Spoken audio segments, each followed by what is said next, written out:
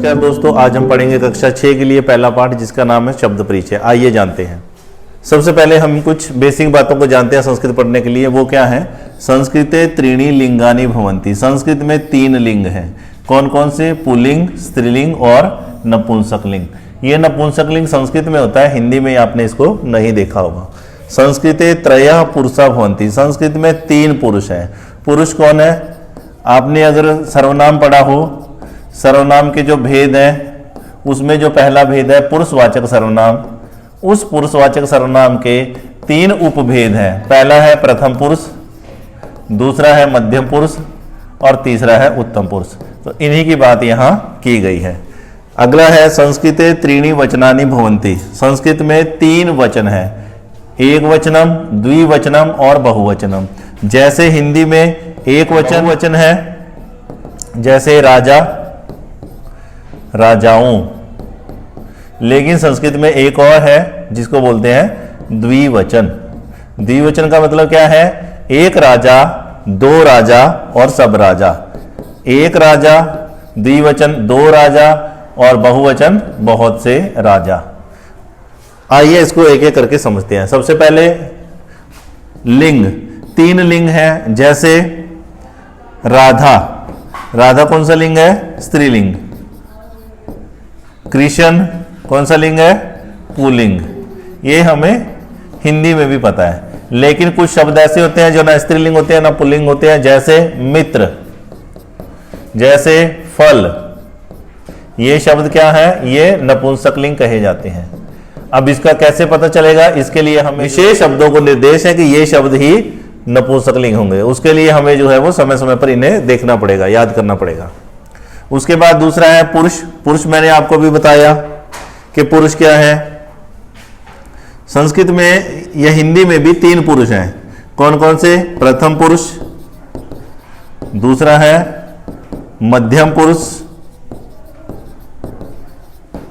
और उससे आगे है उत्तम पुरुष। ये किसके भेद है? ये सब भेद है पुरुषवाचक सर्वनाम के। और पुरुषवाचक सर्वनाम किसका भेद है? सर्वनाम का। और सर्वनाम किसे कहते हैं? जो शब्द संज्ञा के स्थान पर आते हैं। जैसे यह, वह, वे, तुम, मैं, ये शब्द क्या है? ये सब सर्वनाम है। तो ऐसे शब्द जो संज्ञा के स्थान पर आते हैं वो सर्वनाम होते हैं। और सर्वनाम में पहला भेद है पुरुषवाचक सर्वनाम, और पुरुषवाचक के 3 उपभेद हैं, प्रथम पुरुष, मध्यम पुरुष और उत्तम पुरुष। अब प्रथम पुरुष, मध्यम पुरुष, उत्तम पुरुष कौन है? देखिए, जैसे मैं आपसे बात कर रहा हूं तो इसमें जो बोलने वाला होता है, वो बोलने वाला अपने लिए जिन शब्दों का प्रयोग करता है उन्हें उत्तम पुरुष कहते हैं। जैसे मैं अगर खुद को बोल रहा हूं तो मैं अपना नाम नहीं बोल रहा, उसकी जगह पर क्या बोल रहा हूं? मैं या हम सब। इन्हीं शब्दों का प्रयोग करूंगा ना मैं, क्योंकि मैं कौन हूं? मैं बोलने वाला हूं। अर्थात जो वक्ता होता है, जो बोलने वाला है, वो कौन है? उत्तम पुरुष। और वो अपने लिए किन शब्दों का इस्तेमाल करेगा? मैं, हम। और उसके बाद जो सुनने वाला है, सुनने वाला अपने लिए किन शब्दों का इस्तेमाल करेगा? जैसे आप मेरी आवाज को सुन रहे हो तो मैं, जो सुनने वाला मेरे सामने होगा यानी श्रोता, उसके लिए तुम शब्द का इस्तेमाल करूंगा। तुम सब। इसके अलावा जो भी बचते हैं वो सब कौन होंगे? प्रथम पुरुष। कौन बचते हैं? यह, वह, ये, वे। उसके बाद देखिए, जैसे मान लीजिए हमने अभी क्या देखा? हमने देखा सर्वनाम अर्थात पुरुषवाचक सर्वनाम। और पुरुषवाचक सर्वनाम के कितने भेद देखे? 3। कौन कौन से? प्रथम पुरुष, मध्यम पुरुष और उत्तम पुरुष। प्रथम पुरुष कौन है? मध्यम पुरुष कौन है? और उत्तम पुरुष कौन है? उत्तम पुरुष कौन है? बोलने वाला। अभी हमने पहले क्या देखा कि कितने वचन कितने हैं? संस्कृत में कितने वचन है? 3। एक है एक वचन, एक है द्विवचन और एक है बहुवचन। ठीक है जी। अब बोलने वाला, अगर मैं अकेला हूं, एक होगा तो उसके लिए क्या इस्तेमाल होगा? मैं। अगर बोलने वाले 2 हैं तो उसके लिए क्या बोलेंगे? हम दोनों। क्या बोलेंगे? हम दोनों। और अगर बहुत सारे होंगे तो उसके लिए क्या इस्तेमाल करेंगे? हम सब। क्या इस्तेमाल करेंगे? हम। जो सुनने वाला है, सुनने वाले के लिए किन शब्दों का प्रयोग करते हैं? एक सुनने वाला होगा तो क्या कहेंगे? तुम। दो होंगे तो क्या कहेंगे? तुम दोनों। अगर और ज्यादा होंगे तो क्या कहेंगे? तुम। मैं और तुम के अतिरिक्त जो भी बचेंगे उसके लिए क्या बचेगा? वह होगा या यह होगा। अगर वो दो होंगे तो क्या होंगे? वे दोनों होंगे या ये दोनों होंगे। और अगर दो से ज्यादा होंगे तो क्या होगा? वे सब होगा या ये सब होगा। अब इस टेबल को हमने जो है वो संस्कृत में इसको कन्वर्ट करते हैं। कैसे? अब वही प्रथम पुरुष, मध्यम पुरुष और उत्तम पुरुष। ठीक है जी। तो संस्कृत में जो है वो उत्तम पुरुष का ये हमने जो पढ़ा, मैं को संस्कृत में क्या कहते हैं? अहम। क्या कहते हैं? क्या कहते हैं? हम दोनों को क्या कहेंगे? आवाम। क्या कहेंगे? क्या कहेंगे? हम सबको संस्कृत में क्या कहते हैं? वयम। क्या कहते हैं? क्या कहते हैं?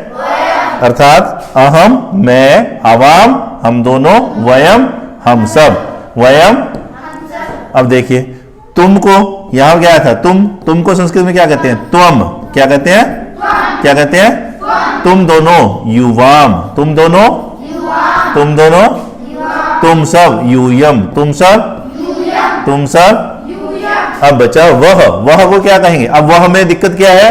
वह में ये है कि हमें स्त्रीलिंग का वह अलग, पुल्लिंग का वह अलग और नपुंसक लिंग का वह अलग।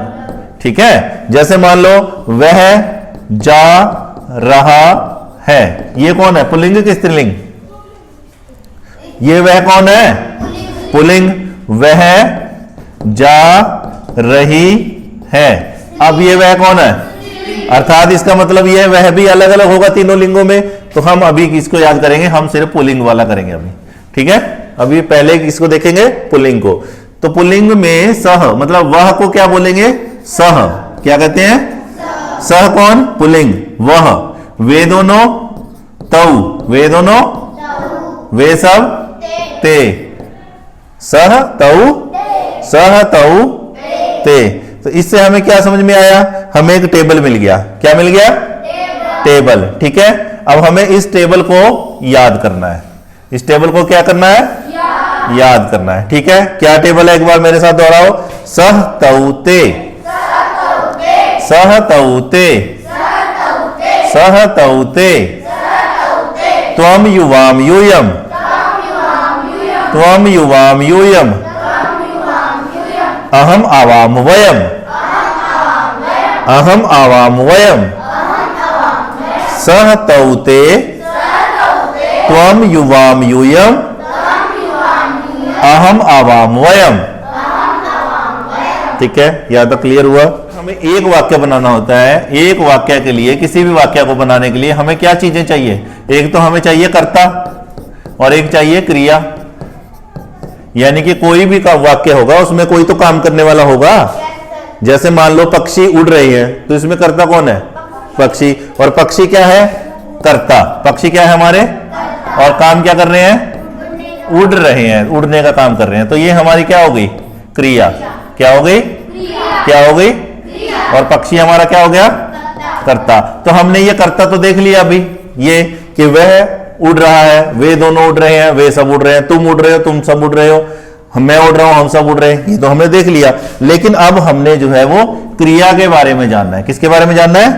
क्रिया के बारे में जानेंगे। क्रिया, क्रिया के मूल रूप को क्या कहते हैं? धातु। क्रिया के मूल रूप को क्या कहते हैं? धातु। मूल रूप क्या है जी? मूल रूप ये है, मान लो आपको पता है खेलना, क्रिया क्या है? खेलना तो सुना ही होगा। खेलना, हंसना, चलना। ठीक है। ये सब क्या है? क्रिया। लेकिन ये किससे बनी है? ये बनी है, खेलना बनी है खेल धातु से। किससे बनी है? खेल धातु से। हंसना बनी है हंस धातु से। चलना बनी है चल धातु से। तो ये जो धातु है, यानी कि जिससे इसकी उत्पत्ति हुई है, इसको क्या कहते हैं? धातु। क्या कहते हैं? क्रिया के मूल रूप को क्या कहते हैं? क्रिया के मूल रूप को क्या कहते हैं? धातु। ठीक है। तो हमें अब धातु को समझना है। पठ मैंने पढ़ना, पठ मैंने, पठ मैंने पढ़ना। अब हमें धातु को देखने के लिए सबसे पहले एक चीज और देखनी है, वो क्या है? काल। काल समझते हो? काल मतलब समय। भाई समय भी तो 3 प्रकार का होगा, वह पढ़ रहा है, वह पढ़ रहा था, वह पढ़ेगा, ऐसे। तो काल के कितने भेद हैं? 3। कौन कौन से? एक है वर्तमान काल, एक है भूतकाल और एक है भविष्य काल। ठीक है, वर्तमान काल जो चल रहा है, वर्तमान काल जो, भूतकाल जो बीत गया है, जो बीत चुका है, खत्म हो गया है। मैंने खाना खाया, अभी तो ये काम नहीं हो रहा, ये काम तो क्या हो गया? खत्म हो गया है। भविष्य काल जो काम होगा, मैं कल स्कूल नहीं आऊंगा, मैं कल स्कूल नहीं आऊंगा, तो ये हमारा भविष्य काल है। फिर से देखते हैं एक बार, वर्तमान काल जो चल रहा है, भूतकाल जो बीत चुका है, भूतकाल जो, भविष्य काल जो आएगा, भविष्य काल जो। इस वर्तमान काल को संस्कृत में कहते हैं लट लकार। क्या कहते हैं? क्या कहते हैं? इस भूतकाल को कहते हैं लंग लकार। क्या कहते हैं? लंग लकार।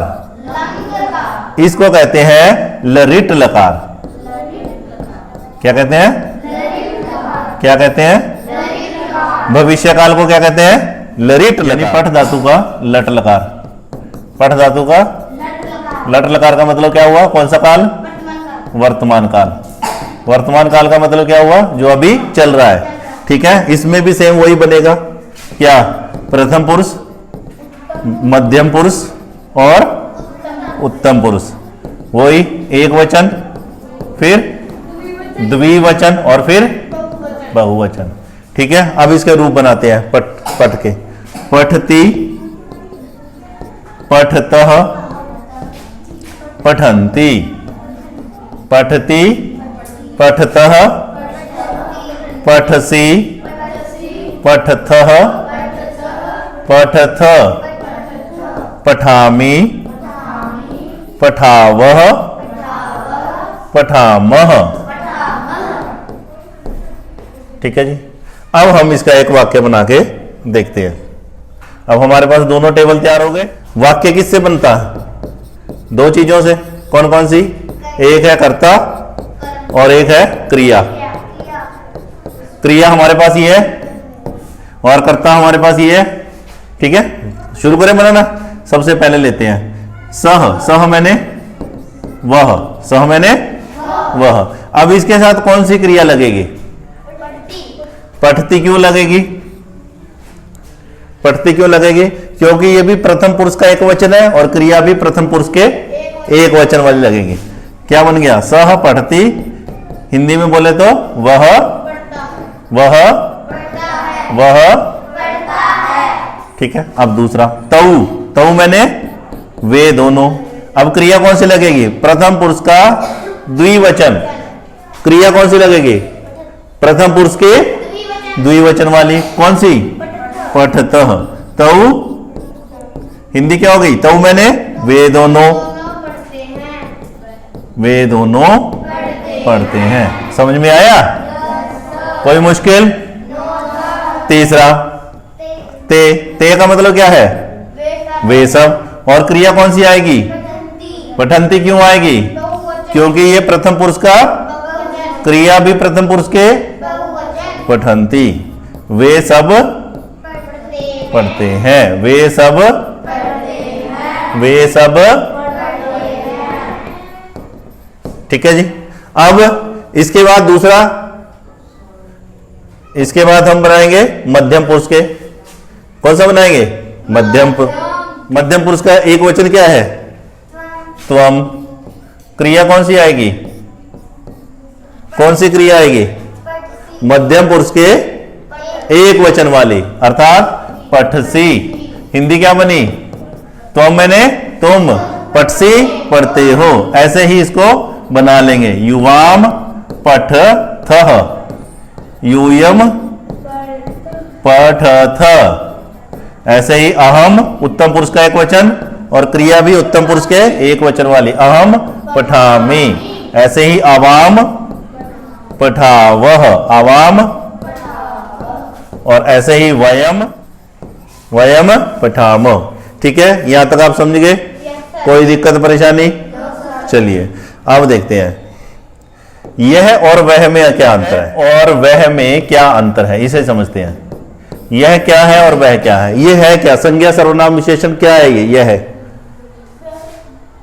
यह या वह क्या है? ये संज्ञा है, सर्वनाम है या विशेषण है? गलत, विशेषण सर्वनाम है। ये अभी तो बताया था। सर्वनाम कौन होते हैं? जो संज्ञा के स्थान पर आते हैं। जो जैसे मान लो तमन्ना खेल रही है,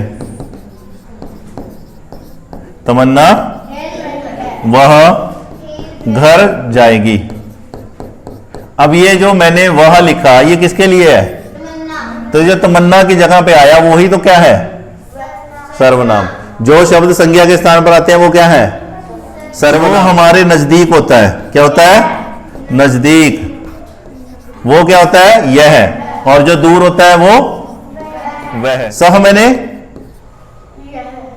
वह, सह मैंने क्या बताया था? वह। अब मुझे इसका बनाना है यह, तो क्या करना है? इसके आगे ए जोड़ दो और श को मूर्धन्य सकार।